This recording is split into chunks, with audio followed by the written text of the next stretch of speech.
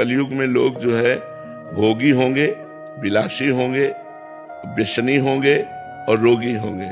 क्योंकि अब देखो, हमने अपने बचपन में देखा, एक फार, एक ऐसे फार है, हल, एक फार का हल, उससे पूरा बीघा जोतना है।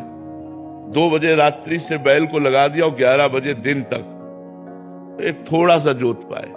2 दिन 3 दिन बराबर चलते, तो किसान को कभी न तो जुकाम न बुखार, ढेर सारा भोजन पाया, मेहनत, माताएं बहनें घर में धान कूटना, चक्की अपने घर में ही रखना, और सब तो बलवती होती थी, बलवान होते थे, शरीर पुष्ट होते थे। अब भैया 20 मिनट में ट्रैक्टर से जोते आए, 20 मिनट चक्की में आटा पिस गया, और तो क्या मशीनें रोटी बना रहे हैं, तो शरीर बीमार हो रहे हैं, शरीरों में दम नहीं रह गई।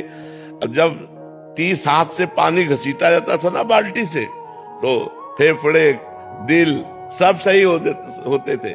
नहीं, कुआं से पानी घसीटना, मान लो 5 लीटर की बाल्टी है, 6 लीटर की बाल्टी है, और कुआं से 30 हाथ 40 हाथ पानी घसीटते थे, और 10-50 बाल्टी जानवरों को पिलाना और मेहनत करके और सब।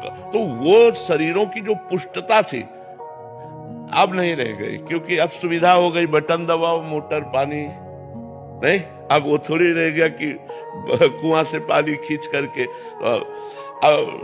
जानवरों को चारा, हरा चारा डालना है, पसीना पसीना हो जाता था, मशीन हाथ वाली है, अब बटन दबाओ, ढेर सारी चारा कतर के फेंक दिया। तो अब बटन वाले काम रह गए हैं। पहले गांव में 10-20 लोग ऐसे होते थे जो देखने लायक होते थे कि हाँ जवान, और अब ऐसे थोड़ी नजर आते। खेती जोतना, सब मेहनत करना, तो बलवान होते थे। अब क्या बल रह गया? अब नए लड़के देखो, क्या है, चाउमीन खाने वालों के बल आएगा। 4 मोटी रोटी बेजर और चना की, और 1 लीटर मठा और 250 ग्राम गुड़, ये बाल भोग होता था सुबह का।